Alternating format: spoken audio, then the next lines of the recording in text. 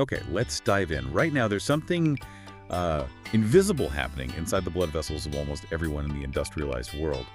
And for you, if you happen to be over 60, the sources we looked at today give this really unsettling figure.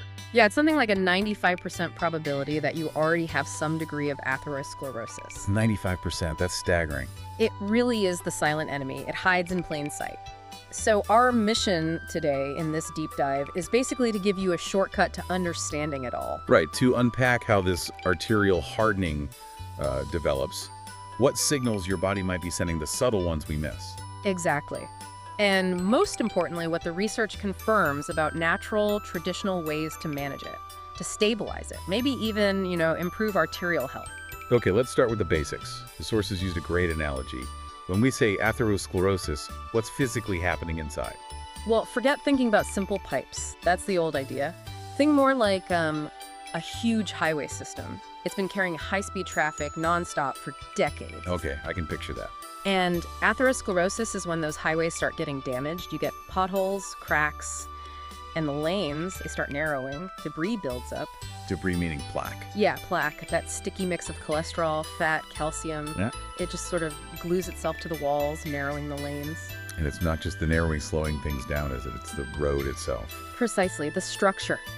Arteries need to be flexible, elastic. They lose that. They become stiff, brittle, more like old garden hoses left out in the sun, all calcified. And when they can't flex, can't handle pressure changes. That's major trouble. And the end result of this whole chronic process, it's terrifying. The sources confirm that a sudden heart attack or stroke, well, it's coming for 1 in 4 people in that older age group. 1 in 4. Wow.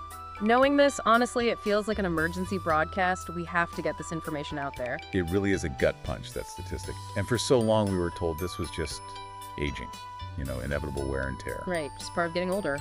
But the research we dug into, it pushes back hard on that. Aging itself isn't the main driver. Not really, no. What the research points to is more like a perfect storm. The real drivers, the accelerators, are things like chronic inflammation, ongoing oxidative stress, and metabolic problems. So your body's repair systems slow down with age, sure, but the damage actually speeds up because of these other factors. Exactly. It creates the perfect environment for plaque not just to form, but to actively grow and become dangerous. I thought the connection between modern science and ancient wisdom was fascinating here. Western medicine points to inflammation. Yeah, inflammation is the big keyword in Western medicine for this. But traditional Chinese medicine, TCM, how does it frame this? TCM sees it very clearly as key flow disruption and blood stasis, or basically stagnation. Vital energy and circulation get blocked, stuck. So, different language, but pointing to a similar root cause. Absolutely. Western docs might target C-reactive protein, inflammatory markers. TCM might use herbs to move stagnant blood. But both see the core issue. Flow is blocked, there's too much internal heat or inflammation, and the solutions often overlap, surprisingly. Okay, so if the body's trying to warn us about this blockage, what are those subtle signs we're probably dismissing? The sources say they often masquerade as normal aging. That's the real danger. We write things off, oh, I'm just tired, just getting older. But you need to watch for specific things, like unexplained fatigue that seems to come out of nowhere. Not just generally feeling a bit tired, but a sudden shift. Yes, or mild chest tightness, maybe a little discomfort, but only when you exert yourself physically. Then it goes away when you rest. Ah, okay, that specificity is important. Very. Also, new difficulty concentrating, memory issues that weren't there before, and a big one, the sources flag. Cold hands and feet, persistently cold extremities. That means peripheral circulation is already compromised. And changes in exercise ability. Huge sign. If you suddenly can't tolerate the level of exercise you used to, that's your arteries struggling to deliver oxygen efficiently. Don't ignore that. Now, this is where I found it really insightful. The drivers aren't just physical, like diet and exercise, are they? The sources put a lot of weight on other factors. You mean stress and emotional well-being? Absolutely crucial. Chronic stress.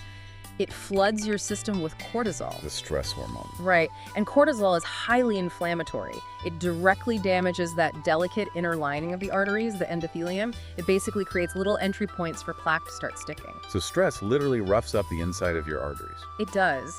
And the research here is profound. Things like emotional stress, social isolation, They don't just contribute. Yeah. The data shows they significantly accelerate arterial aging. Managing your stress isn't just, a nice idea for feeling better. It's a cardiovascular necessity. Absolutely, a core part of the treatment, really. And we absolutely have to talk about the differences between men and women here. The warning signs aren't the same. Not at all. It's a critical distinction. Men typically show signs earlier, maybe 40s, 50s, and often it's the classic textbook stuff like crushing chest pain, angina. A Hollywood heart attack. Kind of, yeah. But women, they often have some protection from estrogen before menopause. Then, after age 55 or so, their risk just skyrockets. And their symptoms. Often much more subtle, vague even. Things like intense fatigue, way beyond normal tiredness, unexplained nausea, or discomfort that shows up as pain in the jaw or the neck or the back. Things easily blamed on something else. Exactly. Oh, it's just stress. It must be menopause. So diagnosis often gets delayed, sometimes until a major event like a heart attack or stroke actually happens. That delay. That's what makes the progression so scary. It can build for decades, almost silently, but the real danger zone can arrive in minutes. Absolutely. The progression, it starts invisibly. Stage 1, fatty streaks in the artery wall. That can start in your 20s. Seriously, in your 20s. Yep. Then stage 3, that's where many people over 60 find themselves. Significant plaque, maybe occasional symptoms like we discussed.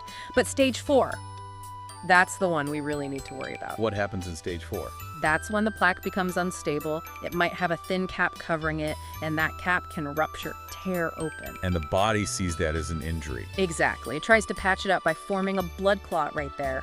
If that clot is big enough to completely block the artery, boom. Heart attack if it's in the heart, stroke if it's in the neck or brain. And that transition from relatively stable plaque to rupture and clot Can happen incredibly fast. The sources emphasize this, sometimes just minutes. It's why prevention and stabilization are so key. It really paints a picture of a ticking time bomb inside. And like you said, it's not just the heart. This affects the whole body. Let's trace that domino effect. Right, it's a systemic issue, a whole body breakdown, really. Coronary arteries get clogged, you get chest pain, angina, heart attacks. Carotid arteries, the ones going to the brain. Stroke risk goes way up. Plus, reduced blood flow contributes to cognitive decline, dementia. What about the legs? Arteries in the legs get blocked, you get intermittent claudication, that's painful cramping when you walk. Also, poor wound healing. In severe cases, it can even lead to amputation. And the kidneys. I wouldn't have immediately connected that. Big connection. If the renal arteries stiffen and narrow, the kidneys struggle to regulate blood pressure and fluids. This often leads to high blood pressure that's really hard to control with medication. So it all comes back to these stiff, clogged highways everywhere in the body. Pretty much, yeah. This brings us back to that core modern understanding.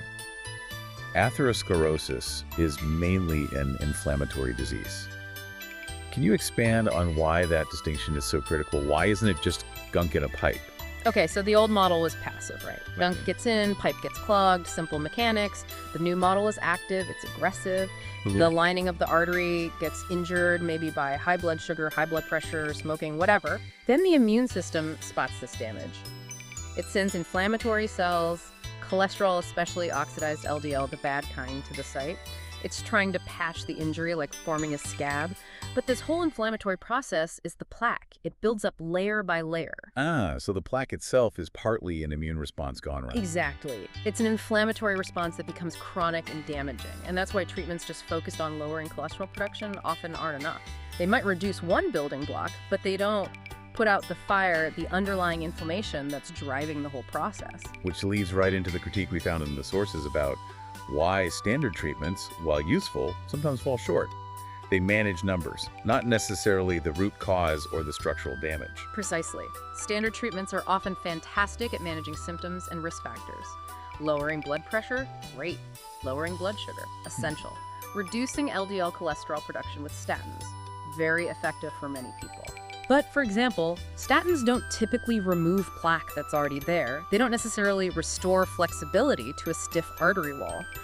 The sources argue that conventional approaches often treat the numbers around the disease, but might miss addressing the core problem, that chronic arterial injury and the inflammation it causes. Okay, but here's the crucial part, the real aha moment from the research, especially for anyone over 60 listening.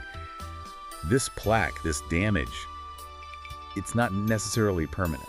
That's the game changer. That old myth that once plaque is there, it's there for life, has been officially debunked. The body, even an older body, has this incredible innate capacity for healing and repair. So arteries can actually heal themselves. Under the right conditions, yes. We're seeing solid evidence for plaque stabilization, meaning the existing plaque becomes less inflamed, less likely to rupture. We see significant reduction in inflammation markers.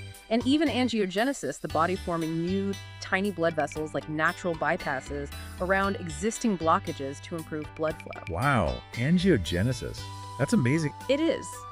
This shift in perspective from just managing inevitable decline to actually pursuing renewal and healing, it's completely revolutionary for cardiovascular health.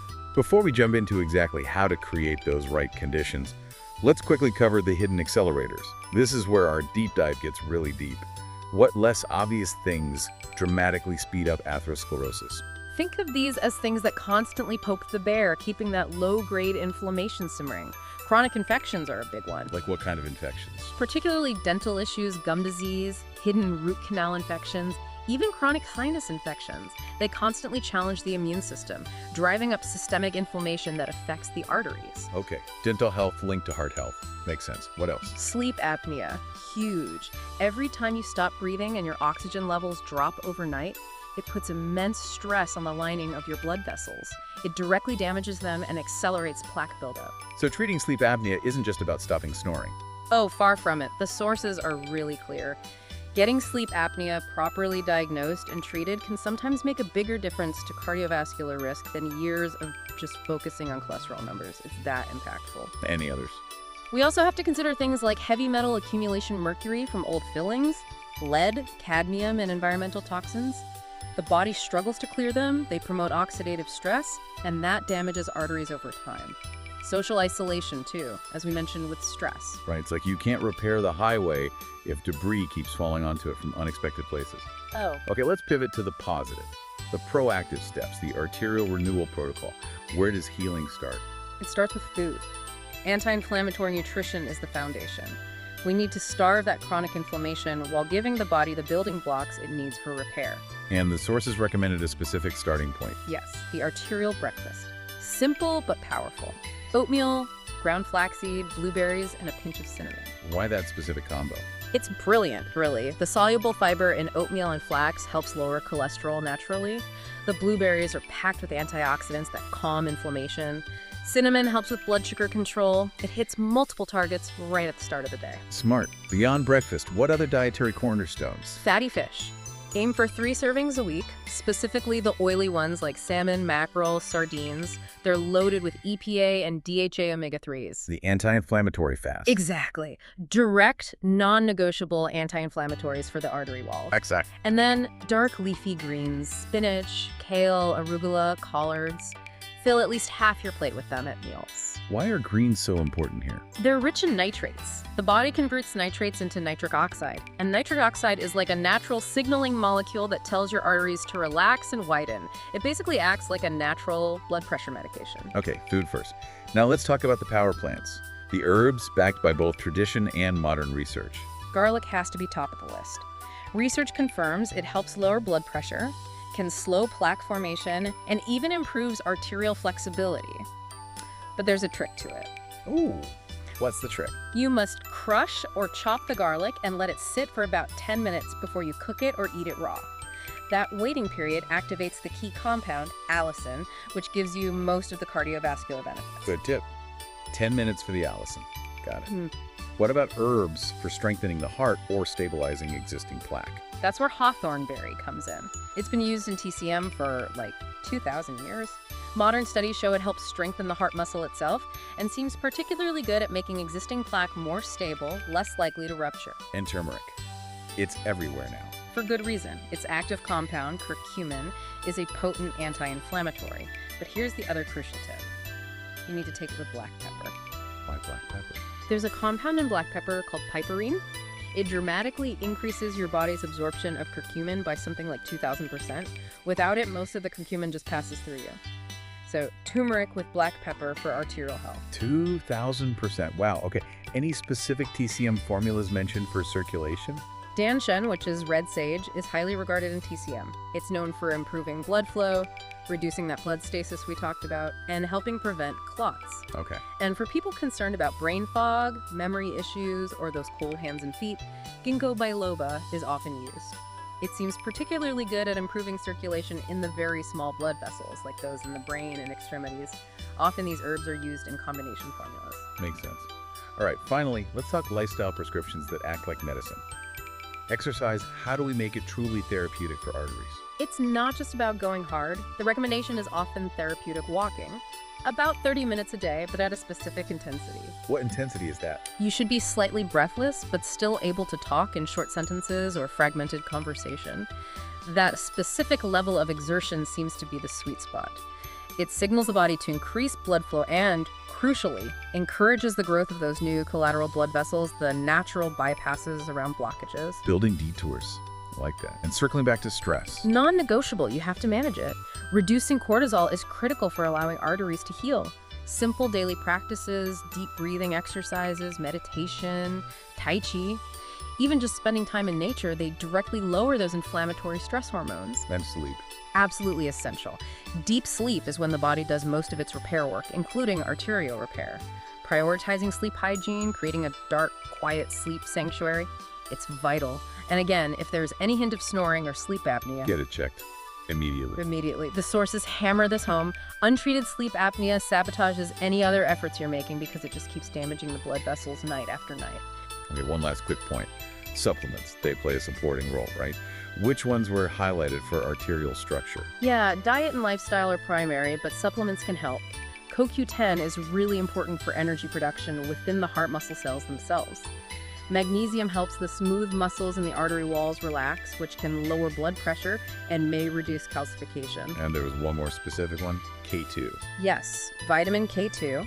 This one is often overlooked but crucial. Think of it like a traffic cop for calcium. K2 helps direct calcium away from soft tissues like arteries and into the bones where it belongs.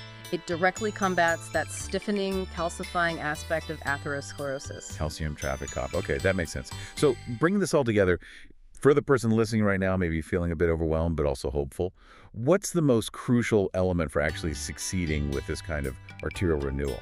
Honestly, it's the combination of genuine hope, based on the science, and consistent action. You have to believe it's possible. The research confirms the body has this amazing capacity to heal even later in life. Remember those stem cells in your arteries? They can build new pathways. Your immune system can be calmed down. And people really see results. Yes. Patients who really commit to these kinds of protocols, the diet, the targeted exercise, stress management, the right supplements, they see measurable improvements. Better blood flow, lower inflammation markers, evidence of plaque stabilization.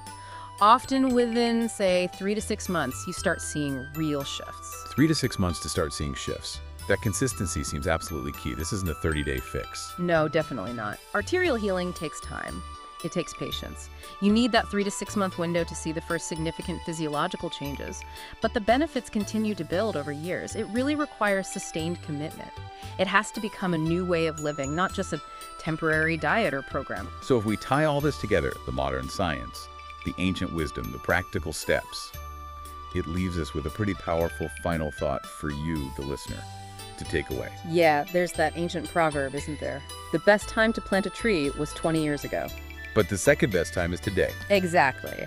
So, given everything we've discussed today, knowing your body can heal, what's the one small, specific, consistent action you can commit to starting today? Is it making that arterial breakfast tomorrow morning? Is it scheduling that 30-minute therapeutic walk? Is it finally making the call to get that sleep study done? What one step will you take right now to start rewriting the future of your cardiovascular health?